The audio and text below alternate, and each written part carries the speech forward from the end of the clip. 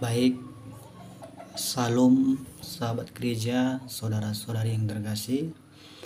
Di sini saya akan menjelaskan tentang Pentakosta yang akan kita rayakan hari Minggu ini. Kebetulan ada yang ingin tahu hal praktis atau mungkin pemahaman singkat tentang Pentakosta. Pentakosta dari bahasa Yunani itu Pentekoste yang artinya hari ke-50.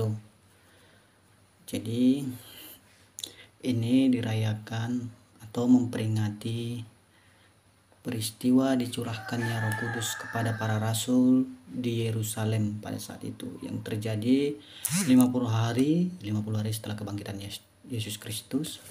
Setelah Yesus bangkit, akhirnya hari ke-50-nya kita merayakan Pentakosta, turunnya Roh Kudus atas para rasul. Pada hari Pentakosta ini Roh Kudus dicurahkan sesuai dengan yang dijanjikan Yesus sesudah kenaikannya ke surga. Jadi menurut Alkitab, murid-murid Yesus berhasil mempertobatkan 3.000 jiwa pada hari tersebut. Dan hal inilah yang disebut dengan lahirnya hari gereja mula-mula. Sebelumnya Pentakosta adalah hari raya besar agama Yahudi yang disebut dengan Shavuot atau festival panen raya. Tentu di hari Pentakosta ini atas turunnya Roh Kudus ada suatu janji, yakni janji pengutusan Roh Kudus. Pada malam terakhir sebelum Yesus Kristus ditangkap dan kemudian disalibkan, ia memberitahukan kepada murid-muridnya tentang kedatangan Roh Kudus sebagai suatu janji penyertaan. Yesus berkata, "Aku akan minta kepada Bapa, dan ia akan memberikan kepadamu seorang penolong yang lain, supaya ia menyertai kamu selama-lamanya, yaitu Roh kebenaran. Dunia tidak dapat menerima dia, sebab dunia tidak melihat dia dan tidak mengenal dia. Tetapi kamu mengenal dia, sebab ia menyertai kamu dan akan diam di dalam kamu." Tujuannya ini Yesus berkata penghibur, yaitu Roh Kudus sebagai penghibur yang akan diutus oleh Bapa dalam namanya.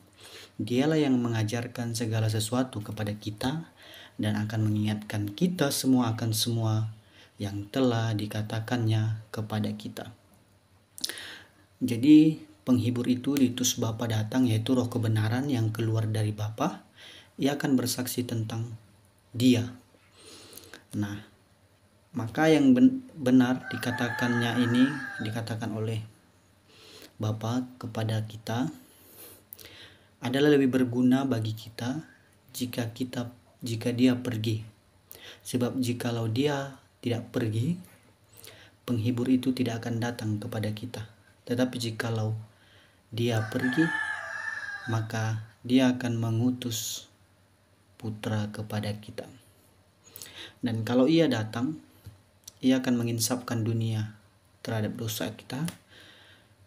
Dia juga akan memberi kebenaran dan suatu penghakiman akan dosa kita karena mereka yang tidak percaya kepada yang diutus itu.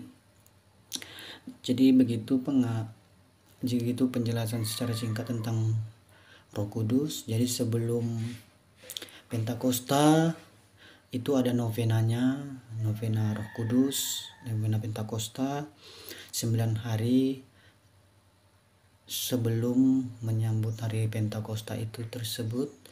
Jadi yang pasti setelah hari kenaikannya, 9 hari setelah itu Dia akhirnya datang sebagai roh penghibur bagi kita. Maka kita juga percaya bahwa kita akan dihibur dengan kedatangannya melalui Roh Kudus yang juga dialami para rasul pada saat itu dalam bentuk lidah-lidah api yang turun atas kepala mereka, dan mereka merasa terurapi, terbaharui, dan juga terberkati.